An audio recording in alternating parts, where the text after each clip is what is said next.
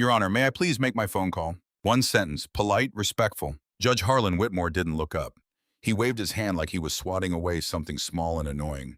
Shut your mouth, boy. You don't get to ask for anything in my courtroom. Then he leaned forward, eyes cold, voice loud enough for the whole room to hear. You're just another thug and you're going to die in this prison. The courtroom laughed. A deputy pulled out his phone and started recording. The clerk smirked. A woman in the gallery shook her head at Marcus like he was already guilty. Nobody stood up. Nobody said a word. A 19-year-old kid in shackles, completely alone, while an entire room treated him like garbage. But not a single person there had any idea what was coming. In the days that followed, every one of them would wish they could take this moment back. Let me take you back to the days before that courtroom, before the shackles, before the judge, before everything fell apart.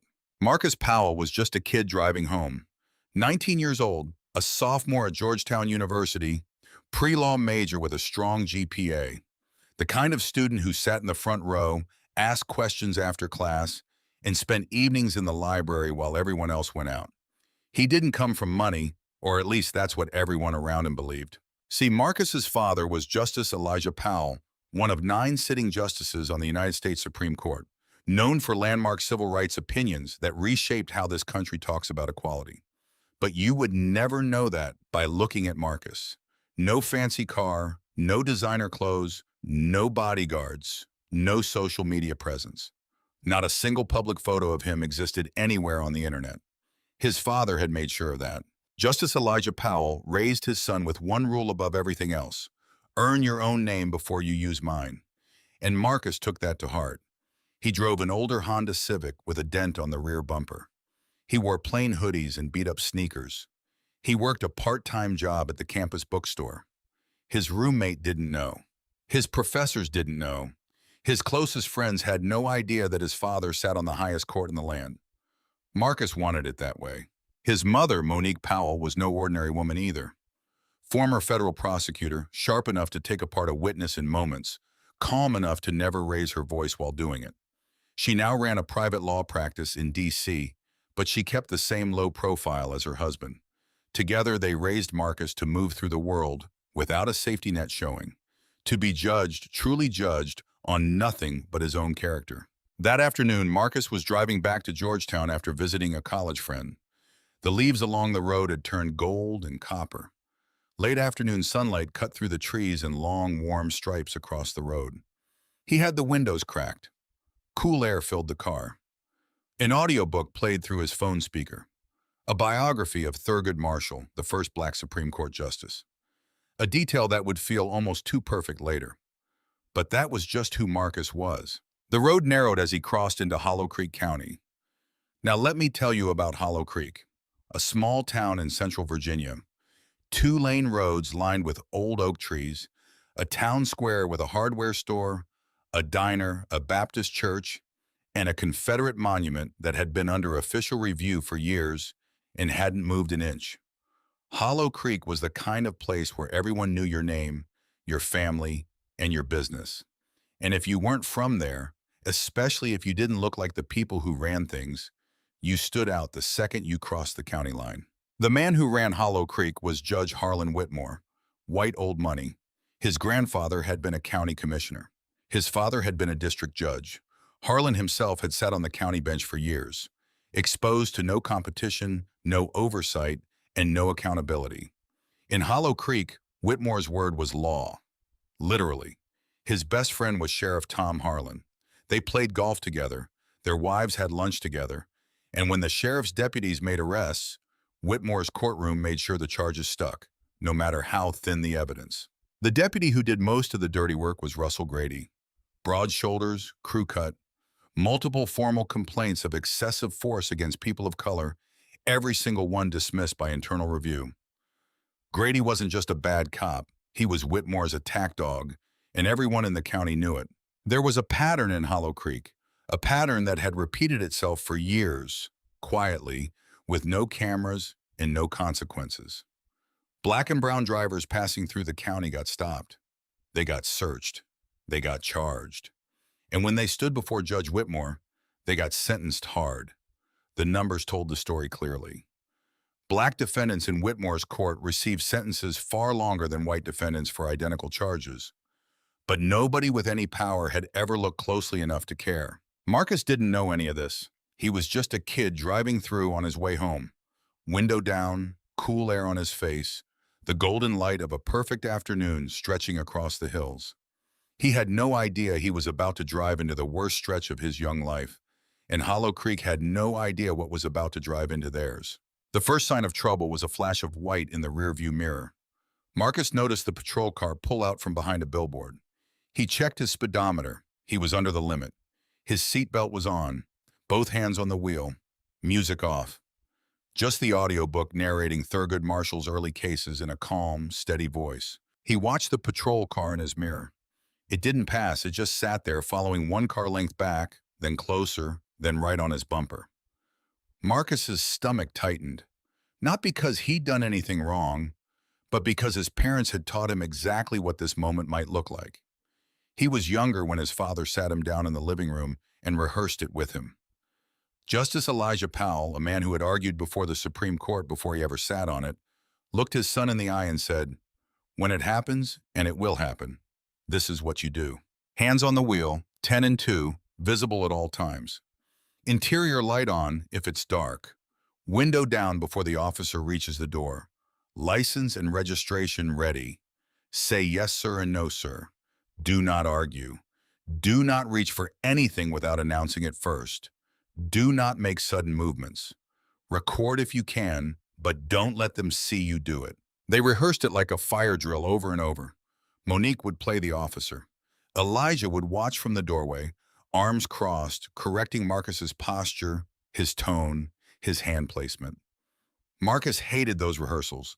They made him feel like a suspect in his own life. But right now, on this empty stretch of road, with blue and red lights suddenly exploding in his mirror, and a short burst of siren cutting through the quiet afternoon, he was grateful for every single one. He pulled over smoothly onto the gravel shoulder, killed the engine, placed both hands on top of the steering wheel, fingers spread, visible. The crunch of boots on gravel, slow, deliberate, each step louder than the last. Deputy Russell Grady appeared at the driver's side window. He didn't lean down. He stood tall, one hand resting on his belt near his holster, the other holding a flashlight even though it was broad daylight. He looked into the car the way someone looks into a dumpster. License and registration. No greeting, no explanation. No, do you know why I pulled you over? Just a command. Yes, sir, Marcus said. My license is in my wallet in my back pocket. I'm going to reach for it slowly. He moved carefully. Every motion announced. He handed over his license and his registration. Grady looked at the license, looked at Marcus, looked at the license again. Georgetown University. Grady read off the ID, his voice dripping with something between amusement and contempt. Fancy school for a kid driving a piece of junk like this. Where'd you steal it? It's my car, sir. I bought it with savings from my job. Grady didn't respond. He took the documents and walked back to his patrol car. Marcus watched in the rearview mirror. Grady sat in the front seat talking into his radio. Time passed. A second patrol car appeared from the opposite direction and pulled up behind Grady's vehicle. Deputy Cole Simmons stepped out, younger than Grady. He walked up to Grady's window and they spoke for a moment. Simmons glanced toward Marcus's car. Even from a distance, Marcus could see something in his face. Not hostility, something more like discomfort. Both deputies approached Marcus's window. Grady on the left, Simmons hanging back on the right. Step out of the vehicle, Grady said. May I ask why I was pulled over, sir? Your left taillight is busted. Step out. Marcus knew his taillight was fine. He had checked all his lights before the drive. His father had drilled that into him too. Never give them a reason, not even a burned-out bulb. But he didn't argue. He stepped out slowly, hands visible. The afternoon air hit his face, leaves scattered across the gravel shoulder. The light was getting lower now, casting long shadows from the tree line. Somewhere in the distance, a crow called out, and the sound echoed across the empty road. Grady looked him up and down. Georgetown hoodie, jeans, clean sneakers. A kid who looked like a college student because that's exactly what he was. You match a description, Grady said. Robbery suspect 2 counties over. Black male, medium build, dark clothing. Marcus felt the words land like a slap. Black male, medium build. That description fit 500,000 people. Sir, I've been driving from Charlottesville. I can show you my... Did I ask you to talk? Silence. I'm going to need to search your vehicle. This was the moment, the exact moment his parents had prepared him for. Marcus took a breath, kept his voice steady and low. Sir, I respectfully decline to consent to a search. The air changed. It was like someone had flipped a switch. Grady's jaw tightened. His hand moved a half-inch closer to his belt. His eyes narrowed into something that wasn't professional anymore. It was personal. What did you say to me? I don't consent to a search, sir. It's my right under the Fourth Amendment. I'd like to contact my attorney. Grady stepped forward. Close, too close. Marcus could smell the coffee on his breath, could see the veins in his neck, could feel the heat coming off him. You don't get to make demands here, boy. The word landed like a punch to the chest. Boy, said on a roadside in rural Virginia, said by a white deputy to a black teenager, said with the full weight of every ugly thing that word has ever carried in this country. Marcus didn't flinch. He didn't step back. He stood there, hands at his sides, palms open, and looked Grady in the eye. And that made Grady angrier. You think you're smart? You think that college taught you how to talk to me? Grady unclipped his handcuffs. The metallic click was sharp and deliberate in the quiet air. Turn around. Hands behind your back. Sir, I haven't done any... I said turn around. The shout echoed across the empty road. A bird exploded out of the tree line. Simmons, standing nearby, shifted his weight from one foot to the other. His mouth opened like he was about to say something. Then it closed. He said nothing. Grady grabbed Marcus's arm and spun him around. The handcuffs went on tight. Too tight. The metal bit into Marcus's wrists immediately. He could feel the sharp edges pressing against bone. You're being detained for obstruction of justice and resisting a lawful order. I didn't resist anything, sir. One more word and I'll add resisting arrest to the list. Try me. Marcus went silent. Not because he was afraid, but because his father's voice was in his head, louder than Grady's. Survive the moment. Fight the battle later. They want you to react. Don't give them the excuse. Grady walked Marcus to the patrol car, opened the back door, put his hand on top of Marcus's head, and shoved him down into the seat hard. Marcus's forehead hit the doorframe. Not enough to bleed, but enough to sting, enough to make a point. The door slammed shut. Through the window of the patrol car, Marcus watched Grady walk back to the Honda. He opened the driver's door and started tearing through it. Textbooks pulled out and tossed onto the gravel. A notebook. Marcus's class notes, handwritten. Months of work thrown onto the shoulder of the road where the wind caught the pages. The glove compartment ripped open. Registration papers scattered. Grady moved to the back seat, pulled out Marcus's backpack, unzipped it, dumped the contents onto the hood of the Honda. A laptop, pens, a phone charger, a granola bar, and a pocket knife. A small folding utility knife, the kind you could buy at any hardware store. Completely legal to carry in the state. Marcus used it to open packages at his bookstore job. Grady held it up, turned it slowly in the afternoon light, and a grin spread across his face like he had just found something serious. Well, what do we have here? He held it up toward the patrol car so Marcus could see it through the window. Concealed weapon. That's a felony. College boy. It wasn't a felony. It wasn't even illegal. And Grady knew it. But Marcus also knew something Grady didn't. The dash cam mounted on Marcus's windshield, a small, inexpensive camera his mother had insisted he install, had been recording from the moment the blue lights appeared. Every word, every lie, every moment. The little red light blinked silently on the dashboard, and neither Grady nor Simmons had noticed it. Grady didn't stop at the pocket knife. He went back to the Honda like a man on a mission, pulled the floor mats out, ran his hands under the seats, popped the trunk, and rifled through Marcus's overnight bag. Clean clothes, a toothbrush, a dog-eared copy of Just Mercy by Brian Stevenson. Grady picked up the book, looked at the cover, looked at Marcus through the rear window of the patrol car. Then he dropped it in the dirt and stepped on it as he walked past. He found nothing because there was nothing to find. But that didn't matter. Not in Hollow Creek, not with Russell Grady. He walked back to his patrol car, leaned against the hood, and started writing his report. Marcus watched him through the cage partition. Grady's pen moved fast and confident, the handwriting of a man who had done this many times before. When he finished, he keyed his radio and called it in. Marcus could hear every word through the thin partition. "Dispatch, this is Unit 14. I've got one in custody. Black male, 19, pulled over for a defective taillight on the road. Subject became hostile during a routine stop. Refused a lawful search, found a concealed fixed-blade weapon in his bag. Booking him on obstruction, concealed weapon, and resisting arrest." Every single sentence was a lie. The taillight worked.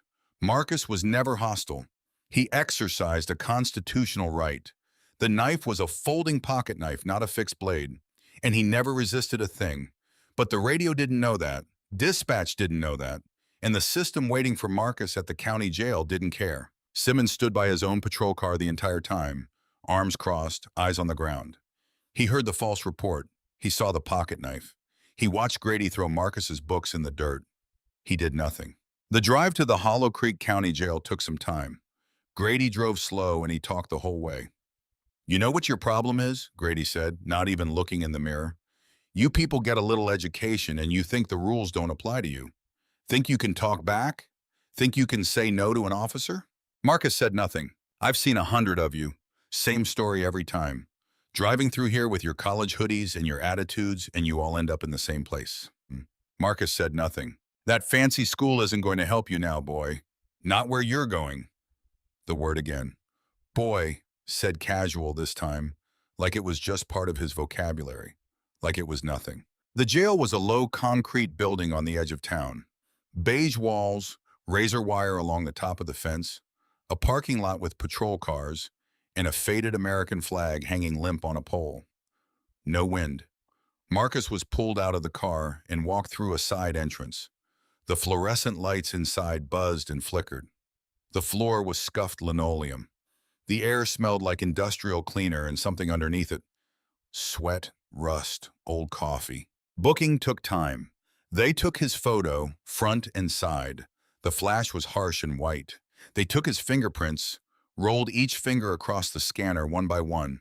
They took his belt, his shoelaces, his watch, his wallet, everything that made him a person and not a number. The booking officer was a heavyset woman with reading glasses on a chain around her neck. She typed Grady's report into the system without reading it twice. Didn't ask a single question. Didn't look Marcus in the eye once. Charges entered: obstruction of justice, possession of a concealed weapon, resisting arrest. 3 charges, all fabricated, all entered into the system quickly. Marcus asked again for his phone call. The booking officer looked at Grady. Grady shook his head. "After processing," Grady said, "we're busy." More time passed before they let him near a phone. When they finally did, it was a wall-mounted phone in a hallway that smelled like bleach. The receiver was sticky. The cord was short. A deputy stood nearby, listening to every word. Marcus dialed his mother's number from memory. Monique Powell answered on the second ring. Marcus's voice was steady but tight, controlled. The voice of someone holding everything together by force of will. He told her everything, every detail. The stop, the fake taillight, the search he didn't consent to, the pocket knife, the handcuffs, the charges, Grady's words, the word boy, the shove into the car, the book in the dirt. Monique listened without interrupting. When he finished, there was a pause. But in those seconds, something shifted. Marcus could hear it in his mother's breathing. When she finally spoke, her voice was calm. Not the calm of someone who wasn't worried. The calm of someone who had spent years in federal courtrooms and knew exactly what needed to happen next. "Don't say another word to anyone. Not the deputies, not the other inmates, not a booking officer. No one. We're coming." She hung up. Marcus was led to a holding cell, a metal bench bolted to the wall, a thin mattress that smelled like many people had slept on it before him, a steel toilet with no seat, a single fluorescent tube on the ceiling that buzzed and flickered but never fully turned off. He sat on the bench, back against the cold wall, hands on his knees. The cell was cold, not unbearable but persistent, the kind of cold that crawls into your bones over hours. The ventilation system groaned somewhere behind the walls. Down the hallway, someone was coughing. A door slammed. Voices echoed off concrete, muffled, angry, tired. Marcus didn't sleep. Not a minute.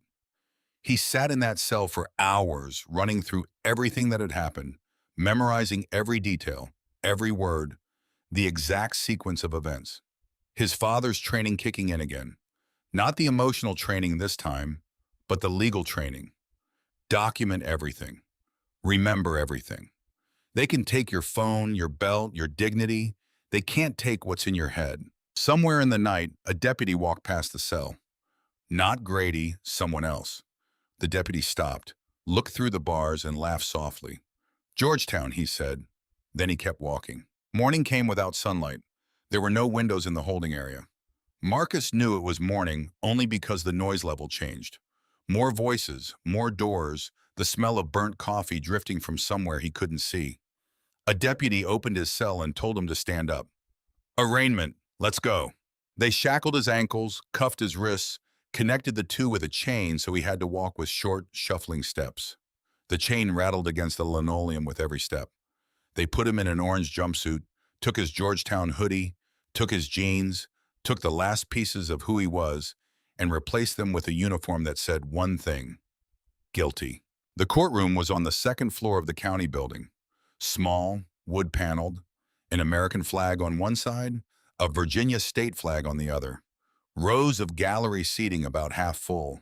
Mostly locals who came to watch arraignments the way other people watch morning television.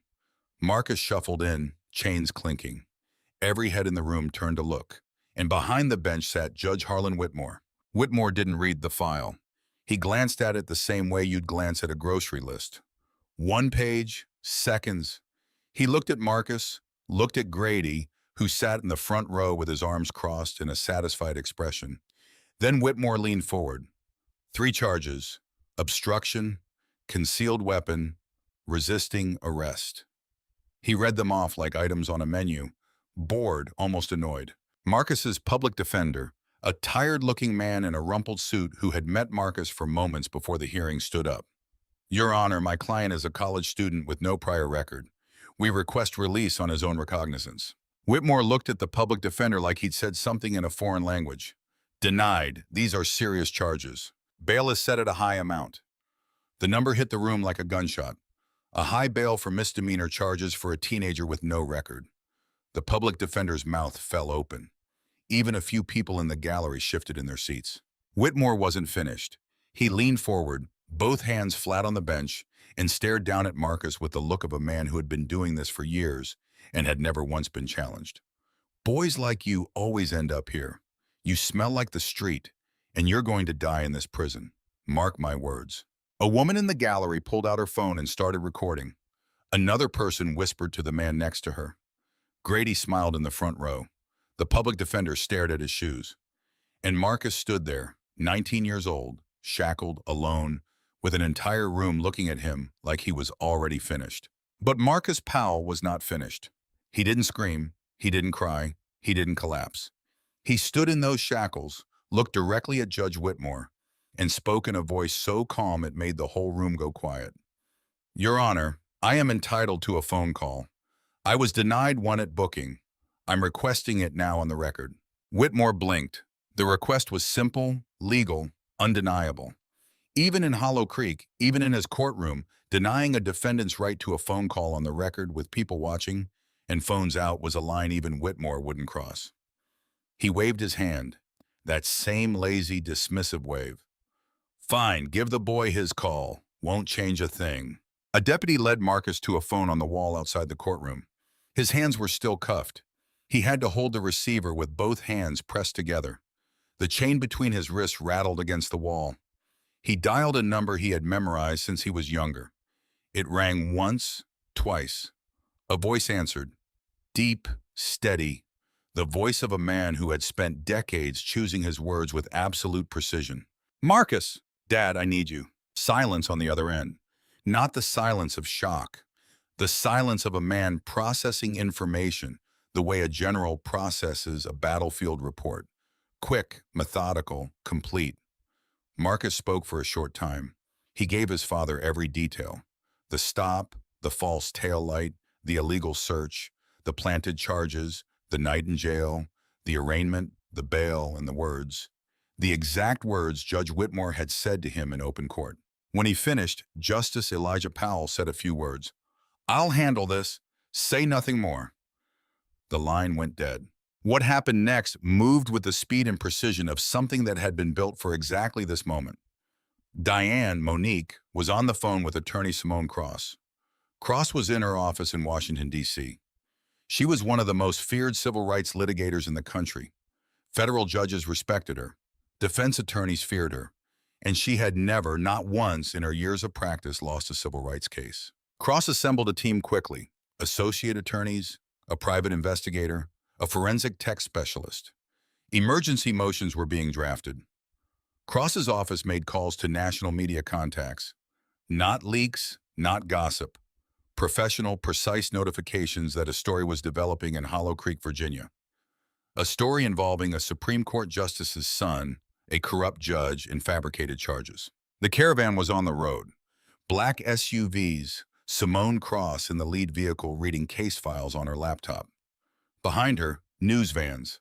Reporter Maya Davis rode in one, already recording her opening notes.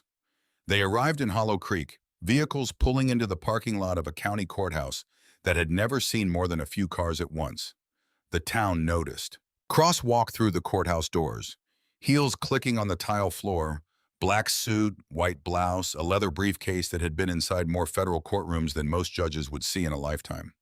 She filed an emergency motion for immediate release. Then she walked into Whitmore's courtroom and requested permission to address the bench. Whitmore looked at her the way he looked at anyone who wasn't from Hollow Creek, with suspicion and irritation. He didn't know who she was. He didn't recognize the name on the filing. "Make it quick," he said. Simone Cross opened her briefcase, removed a single folder, and spoke in a voice that carried to every corner of that small wood-paneled room. "Your Honor, my client is Marcus Nathaniel Powell. He is 19 years old. He is a sophomore at Georgetown University. He has no criminal record, and he is the son of a United States Supreme Court Justice Elijah Allen Powell." The room went dead silent, not quiet, dead silent. The kind of silence where you can hear the fluorescent lights buzzing overhead, where you can hear someone swallow roseback. Whitmore's face changed. The color left it in stages. First his cheeks, then his forehead, then his lips. His hand resting on the bench started to tremble. Just barely, but enough. Grady, sitting in the front row, stood up so fast his chair scraped across the floor. The sound cut through the silence like a knife. Cross wasn't finished. "I have in my possession dash cam footage from my client's vehicle. This footage confirms that his taillight was fully functional at the time of the stop. It confirms that my client was compliant and respectful throughout the encounter. It confirms that Deputy Grady conducted an illegal search after my client declined consent, and it confirms that every charge filed against my client is fabricated." She placed a tablet on the clerk's desk. The footage was already cued. "Additionally, my client's account of his treatment during booking and detention has been corroborated by an independent investigator. All evidence has been preserved. Copies have been submitted to the Department of Justice Civil Rights Division." Cross looked up at Whitmore directly without blinking. "Your Honor, I am requesting the immediate release of my client, and I am formally notifying this court that every individual involved in his arrest, detention, and arraignment is now subject to federal civil rights review." Sheriff Tom Harlan's phone buzzed in his pocket. Then it buzzed again. Then it didn't stop. Whitmore opened his mouth. Nothing came out. The judge who had told a 19-year-old boy he would die in prison was now sitting behind his own bench, trembling, unable to speak, while the whole world watched his kingdom crumble in real time. Whitmore had no choice. The emergency motion was airtight. The dash cam footage was real. The DOJ had been notified, and for the first time in years there were cameras in his courtroom. Real cameras held by real journalists pointed directly at his face. He cleared his throat, tried to speak, had to clear it again. "The court orders the immediate release of the defendant." He said it quietly, almost a whisper, like if he said it soft enough, maybe no one would remember. But the cameras caught every word. Maya Davis, standing in the back row with a press badge, was already typing on her phone. The clip would be online soon. Marcus was unshackled in the hallway. A deputy knelt and unlocked the ankle chains first, then the wrist cuffs. The metal had left deep red marks, rings around each wrist that would take time to fade. He rubbed his wrists, rolled his shoulders, took a breath, the first real breath in days. Cross handed him a bag with his own clothes, his Georgetown hoodie, his jeans, his sneakers. He changed in a bathroom down the hall and walked out looking like what he had always been, a college kid. That's when Grady appeared. Not the usual Grady, not the puffed chest and cold eyes. His shoulders were rounded. His face was pale. He walked toward Marcus with his palms up. "Hey kid, no hard feelings, all right? Just doing my job. Standard procedure. Nothing personal." Marcus looked at him and said nothing. Cross stepped between them, shorter than Grady, but in that hallway she seemed 10 feet tall. She held his gaze until he couldn't hold it anymore. Grady turned and walked away fast, boots echoing down the corridor. He didn't look back. It was the last time Russell Grady would walk through that courthouse as a free man. Outside, the parking lot had transformed. News vans, reporters, cameras everywhere. Sheriff Tom Harlan stood behind a folding table someone had dragged from the break room. Dress uniform, badge polished. He'd called a press conference hoping to control the story. It didn't work. "This was an unfortunate misunderstanding," he read from a notepad. "We take all complaints seriously and are conducting an internal—" Maya Davis didn't wait to be called on. "Sheriff, dash cam footage shows the taillight was functional. Your deputy's report says otherwise. Misunderstanding or fabrication?" Harlan blinked, looked at his notepad. "We're reviewing." "Your deputy described a folding pocket knife as a fixed blade weapon. Was he unaware of Virginia law, or did he misrepresent evidence?" "I can't comment on specifics. Judge Whitmore set a high bail for misdemeanors on a defendant with no record. Standard in this county?" Harlan's mouth opened, closed. Nothing useful came out. The clip went viral quickly. Seconds of a sheriff stammering while reporters dismantled every lie his department had built. But something quieter happened that afternoon. Something far more important. Deputy Cole Simmons approached Cross's investigator in the parking lot. He looked over his shoulder twice. His hands were shaking. His voice was low. "I need to talk to someone. Not Harlan. Not anyone in this county." The investigator handed him a card. "I've seen things, not just this kid, years of it. Grady, Whitmore, Harlan. I said nothing, and I can't do that anymore." He pocketed the card and walked away. Cole Simmons would become the most important witness in the federal investigation that was about to tear Hollow Creek apart. But before the investigation, before the indictments, before the trials, there was one moment that mattered more than all of it. Marcus walked across the parking lot toward a black sedan parked at the far end. The door opened. Justice Elijah Powell stepped out, tall, gray at the temples, navy sweater and slacks. No robes, no title, just a father. Marcus walked toward him faster, then faster. Elijah caught his son and held him, one arm around his shoulders, one hand on the back of his head. Tight. Didn't let go. Monique stood beside them, hand on Marcus's back, eyes closed. None of them spoke. There was nothing to say. The cameras kept their distance. Even the reporters knew. Some moments don't belong to a story. They belong to a family. What happened to Marcus Powell in Hollow Creek might have stayed a local story. A bad stop, a corrupt judge, a kid who got lucky because his father had power. But Simone Cross had no intention of letting it stay small. The dash cam footage hit the internet days after Marcus's release. Cross's team edited nothing. They released the full uncut recording, minutes from the moment Grady's lights appeared in the mirror to the moment Marcus was shoved into the patrol car. Soon after, it had been viewed millions of times. The comment section was a firestorm. Legal experts broke down every violation in real time. Former police officers called Grady's conduct textbook corruption.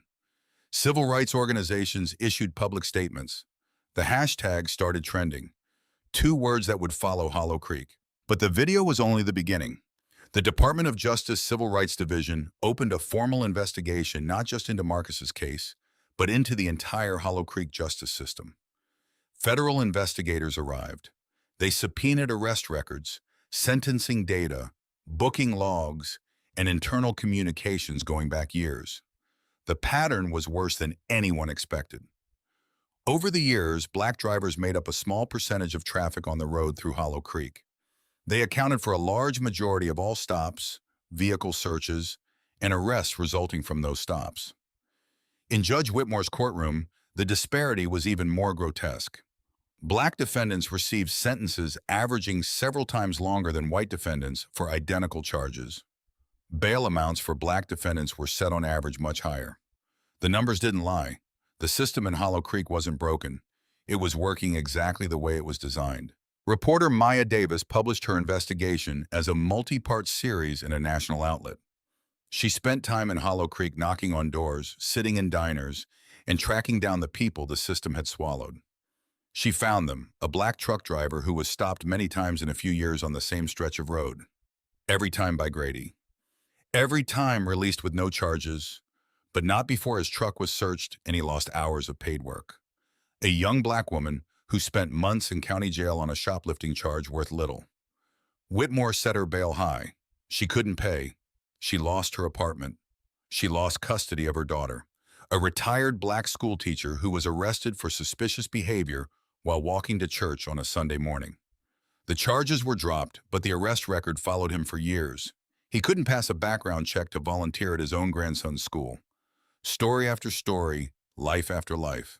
People who had no Supreme Court justice to call. People whose names never made the news. People who were chewed up by Hollow Creek and spit out with nothing. Davis's series reached millions of readers. It won awards. It changed the conversation. And it put a name and a face on every person Whitmore, Grady, and Harlan had ever crushed. Deputy Russell Grady was arrested on a Tuesday morning. Federal marshals arrived at his house early. His wife answered the door in a bathrobe. Grady was in the kitchen eating cereal. They cuffed him at his own breakfast table. The charges were federal. Civil rights violations under color of law, filing false police reports, unlawful arrest, evidence tampering. The pocket knife had been reclassified in his official report as a fixed-blade weapon, a deliberate misrepresentation that elevated a legal item into a felony charge. Grady was processed at the same federal building where years earlier he had once received a commendation for community service. They took his photo, his fingerprints, his belt, and shoelaces. He was denied bail. The judge cited flight risk in the severity of the charges. Grady stood in the courtroom in an orange jumpsuit, handcuffed in front of him, and for the first time in his life experienced exactly what he had done to others many times. Sheriff Tom Harlan resigned before they could indict him. He released a written statement. Paragraphs. No apology, no admission of wrongdoing, just bureaucratic language about choosing to step aside and allowing the community to heal. Nobody bought it. The statement itself became a punchline on social media, proof that even in defeat, Harlan couldn't tell the truth. But the main event, the centerpiece of everything, was Judge Harlan Whitmore. The Virginia State Judicial Conduct Commission opened formal proceedings. The evidence was overwhelming. Marcus's case alone was enough. The bail amount, the language on the record, the denial of a phone call at booking. But Marcus's case wasn't alone anymore. It was one tile in a mosaic of abuse that stretched back over years. Whitmore was removed from the bench, his gavel taken, his courtroom locked. Then the criminal charges came: corruption, conspiracy, deprivation of rights under color of law. Financial investigators uncovered something Davis had hinted at in her series. Whitmore held undisclosed financial interests in a private detention facility 2 counties over. Every defendant he sent to jail generated revenue for a company in which he held shares. He wasn't just racist, he was profiting from it. The trial lasted days. It was held in a federal courthouse in Richmond, far from Hollow Creek, far from Whitmore's influence. The judge presiding was a black woman appointed to the federal bench years earlier. The irony was not lost on anyone. Whitmore sat at the defense table in a gray suit. No robe, no elevated bench, no gavel. Just a man in a chair smaller than anyone remembered him being. The jury deliberated for hours. Guilty on all counts. Sentencing came later. The federal judge looked at Whitmore and delivered the number that would define the rest of his life. Years in federal prison. No possibility of parole. The man who told a 19-year-old he would die in prison would now spend his remaining years behind bars. He was in his 60s. Do the math. Grady received years. Simmons, for his cooperation, received probation, community service, and permanent disqualification from law enforcement. He would never carry the badge again, but he would sleep at night knowing he made the right choice when it finally mattered. The Powell family, through Simone Cross, filed a federal civil rights lawsuit against Hollow Creek County. It settled for millions. Marcus and his parents didn't keep a cent. Every dollar went into a newly established foundation for criminal justice reform focused on wrongful stops, illegal searches, and sentencing disparities in rural communities across America. Millions, not for revenge, for change. Marcus Powell went back to Georgetown. He didn't do interviews. He didn't start a podcast. He didn't write a book deal memoir or launch a clothing brand off the back of his story. He walked back into his Tuesday morning constitutional law class, sat in the front row, and opened his notebook. His professor paused mid-sentence when he saw him. The whole room went quiet. Someone in the back row started clapping, then another person, then the whole room. Marcus nodded once. Then he picked up his pen and started taking notes. He finished his degree the following spring, graduated with honors. Then he enrolled in law school, not because of his father and not because of what happened in Hollow Creek, but because of the people Maya Davis had written about. The truck driver stopped many times, the young mother who lost custody over a small amount, the retired teacher who couldn't volunteer at his grandson's school, people who had no one to call. Marcus started a legal aid clinic during his second year of law school. Pro bono focused on one thing: defending people subjected to wrongful stops, illegal searches, and fabricated charges in rural counties across the South. The counties nobody paid attention to, the courtrooms with no cameras, the towns where one judge, one sheriff, and one deputy could ruin a life and never lose a minute of sleep. The clinic handled many cases in its first year, more the next.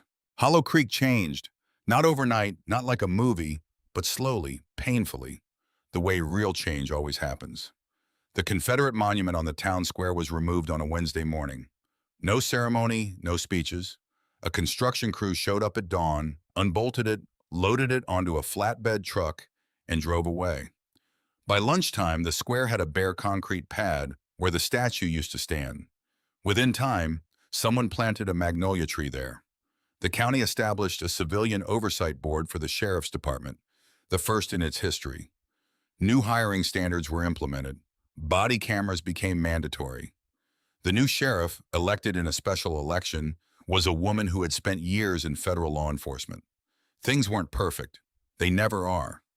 But they were different, and different was a start. Justice Elijah Powell gave one public statement about his son's case, not from the bench, not in a legal opinion. At a university commencement ceremony months after the trial, he stood at the podium in his academic robes, looked out at the graduating class, and said this: "My son's case was resolved because he had resources that most people in his situation do not have. He had a family with legal knowledge. He had access to an attorney. He had a name that carried weight. That is not justice. That is a privilege. And the distance between privilege and justice is the work that remains for all of you.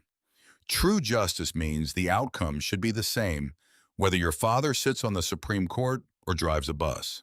Marcus was in the audience that day. Third row. He didn't clap when his father finished. He just sat there looking at his hands, thinking about all the people still sitting in cells in counties just like Hollow Creek. People with no dash cam, no Simone Cross, no phone call that could change everything. His fight was never about what happened to him. It was always about what happens to them. And if this story made you feel something, anger, frustration, hope, anything, hit that like button, share it with someone who needs to hear it, and subscribe because we've got more stories coming. Trust me, the next one hits even harder. Because justice isn't supposed to depend on who your father is. It's supposed to depend on who you are and what you did. And until that's true for every single person in this country, we keep telling these stories. We keep telling them until something changes. Now, but like, justice shouldn't be a luxury. It shouldn't matter who your dad is or how much money you got. Everyone deserves the same fair treatment. Everyone. That's not politics. That's just being human. Think about that.